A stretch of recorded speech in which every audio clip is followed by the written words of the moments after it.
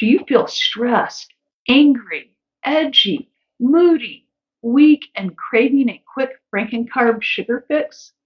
Does this happen about 2 hours after you've had a meal? Do you walk into a store for healthy food to prepare for dinner and walk out eating chips or candy, only to be no longer hungry for dinner? If you can relate, you are probably a type 2 crash craver. I have suffered most of my adult life as a crash craver. I thought I had no control over how I felt. After all, I had been diagnosed as hypoglycemic at 17 years old. The doctor put me on a diet eating 6 meals per day to keep my blood sugar more constant. At the time, grazing or eating many small meals was in vogue, likely in response to an epidemic of hypoglycemia that began in the 70s and 80s.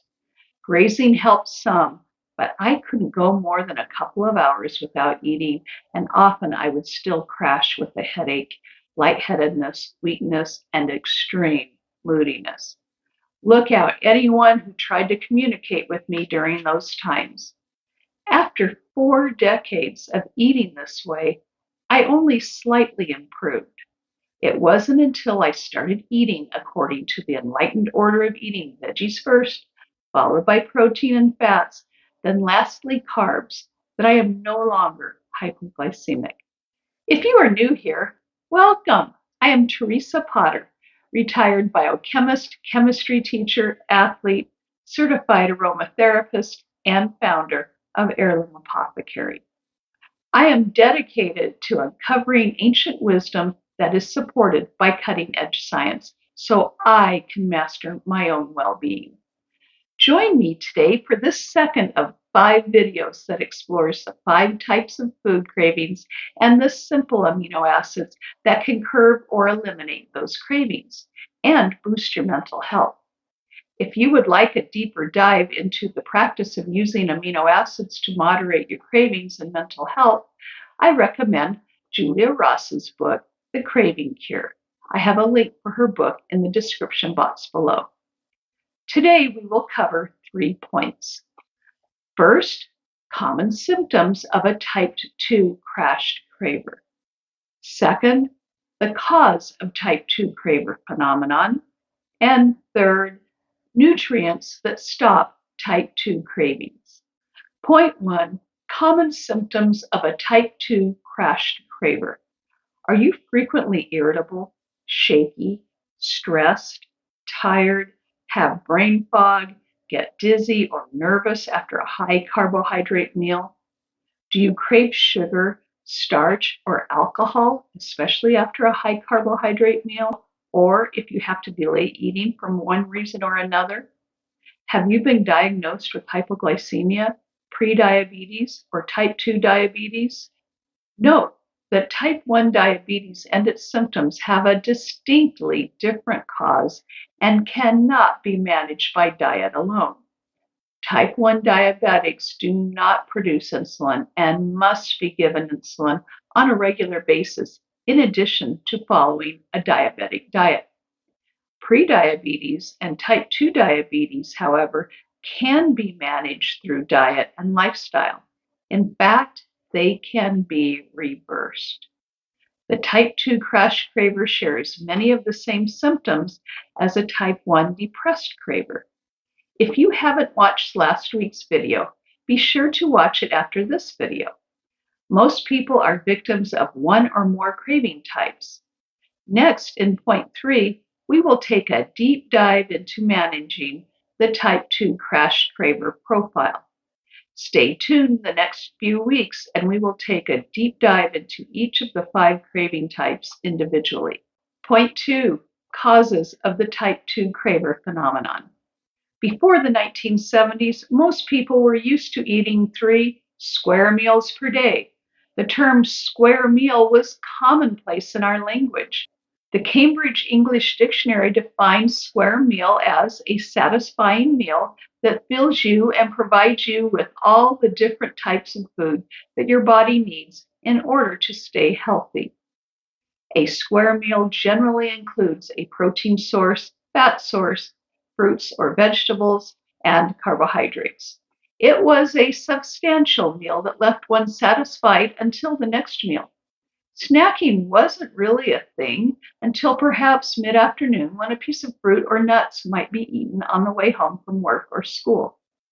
When I was in elementary school, our parents never thought to send us to school with a mid morning snack, let alone have the school day scheduled with a snack break. We were satisfied until lunchtime, and yes, we were ready to eat. Contrast this with today's elementary school fare. Typically, a mid morning snack break is scheduled, and schools expect parents to send a snack. What happened? Why do we need to eat more often today? The majority of first world people are type 2 crash cravers. In the 1970s, fast food, fast breakfast, and fast lunch, even fast dinners, grew in popularity until now we not only need fast meals, but also fast snacks to satisfy cravings that result from the glucose spike and drop about 2 hours after a fast meal. Scrambled eggs, toast, and milk have been replaced by cold cereal if any breakfast is eaten at all. The glucose spike from fast food breakfast causes a blood sugar crash within 2 hours that is often remedied in children with a convenient serving package of sugar-packed fruit yogurt, which often has about the same amount of sugar as ice cream. Many high school students and adults will crave sugary caffeinated Starbucks drinks by mid-morning. So much so that one can even now purchase pre-packaged Starbucks drinks at the grocery store that you can pack with you on the go. When I taught high school about 10 a.m., my students would often enter class swigging a cold Starbucks bottle, and teachers would grab that mid-morning coffee and sweet treat between classes. We have completely changed our relationship with food due to the convenience of Frankencarbs, and our blood sugar and health are paying the price. The human body was not built to withstand 21st century blood sugar roller coaster. High blood glucose levels result in inflammation that damages our blood vessels and organs. Insulin is naturally present in our body. Ideally, insulin levels gently rise when we even think about or smell food. It rises moderately after real, square meals and escorts the glucose from our meals into our cells where it can be used as fuel. However, sweet or starchy Frankencarb consumption causes an immediate and exaggerated insulin release that pulls the excess glucose from our bloodstream to reduce the damage of a glucose overdose. When this is exaggerated, insulin release happens too often, and insulin cannot accommodate the massive glucose glut. Consequently, the excess glucose is converted into triglycerides to moderate the high glucose levels. These triglycerides are transported into fat cells, especially around the waist, where it is not easily burned off. This shunting of glucose into triglycerides causes insulin resistance, a major cause of weight gain, particularly around one's waist. The repeated glucose roller coaster day after day results in high levels of insulin throughout the day. In late stage insulin resistance, the pancreas can no longer produce insulin, resulting in type 2 diabetes. As type 2 diabetes progresses, organ failure in eyes, heart disease, and even nerves results. Nerve disease commonly results in neuropathy and loss of toes and limbs. All type 2 diabetes is preventable and one of the fastest growing diseases of our day. And it all starts with type 2 crash craving syndrome. Enough of the doom and gloom. You can choose not to be a victim of the 21st century Frankencarb glucose roller coaster, and it isn't through self-control. Point 3 holds the key to jumping off the glucose roller coaster if you are a type 2 crash craver. Point 3 nutrients that stop type 2 crash craving. I'm going to sound like a broken record, but the enlightened order of eating veggies first, followed by proteins and fats, and lastly carbs, will make the most dramatic change in your cravings. No matter what diet you follow, omnivore, carnivore, ketogenic, plant-based, vegan, or anything in between, even processed foods, your craving and blood sugar will significantly improve following the enlightened order of eating. After following the enlightened order of eating for 2 to 4 weeks, if you still need more, the following supplements are scientifically proven to bring the roller coaster to a stop. The first and most important supplement is the amino acid glutamine. In fact, we continue to feel hungry until we have eaten a minimal amount of glutamine. Since glutamine is an amino acid that makes up protein, eating protein early in the meal promotes the feeling of satiety. In low glucose conditions, the brain can use glutamine in a pinch. It has the amazing capacity to restore the insulin response. Glutamine deficiencies are associated with the progression of diabetes. Research has shown that glutamine is effective for people on the spectrum from hypoglycemia to diabetes. Glutamine doses from 500 to 1500 milligrams in the morning, mid-morning, and mid-afternoon are effective, resulting in sense of stability and groundedness due to blood sugar balance. Glutamine can be conveniently taken in capsule form or more economically purchased as a powder and added to food or beverages. It has a slightly sweet taste. Additional supplements include chromium and biotin, which often are depleted in obese and diabetic Americans.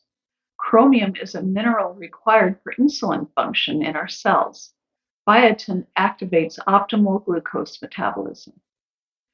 Dietary recommendations for diabetics is typically call for a low carbohydrate, higher protein, and higher fat diet. While these guidelines are prudent, often diabetics have difficulty controlling addiction to sugar bombing frankencarbs. Glutamine supplementation is key in addition to vitamins and mineral supplements that include chromium and biotin. In fact, diabetics may find that taking glutamine before meals and between meals can help greatly and may eliminate the need for metformin. Of course, consult your doctor. If you would like a deeper dive into supplementation for diabetes, I recommend Julia Ross's book, The Craving Cure, for larger doses of glutamine for diabetics. I have linked the book in the description below.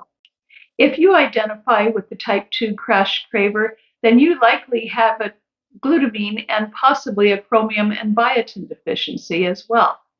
These nutrients are vital in the metabolism or burning of dietary glucose. This deficiency is largely caused by overprocessed carbohydrates, also known as frankencarbs. We can eliminate the crash craver addiction by increasing glutamine in our diet.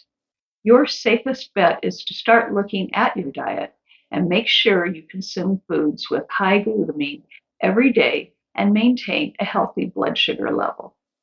The glucose roller coaster is the fastest way to deplete your glutamine levels. Another reason the enlightened order of eating vegetables first, followed by protein and fats, and lastly carbs and sugars is so important. Foods high in glutamine include fish and seafood, red cabbage, dairy, eggs, nuts and seeds, tofu, and other soy products, dark leafy greens, beans and lentils, seaweed, and meat. Most of these foods are also high in tryptophan, the amino acid deficiency that causes type 1 depressed craver that we addressed in the last video. Normal levels of glutamine promote a sense of stability and groundedness through a stable blood sugar balance. Adherence to the enlightened order of eating is the most important foundation of physical and mental health. If you haven't watched the videos listed in the description box below under Wellness Pillar 2 blood sugar, please follow those guidelines before supplementation. Join me next week for a deep dive into type 3, the comfort craver. Until next time, I'm sending you my love through my content. Give me a virtual hug by subscribing for more wellness content and hitting the thumbs up button. And don't forget to show someone you care by sharing this video with them. Wishing you an enlightened day. Bye bye for now.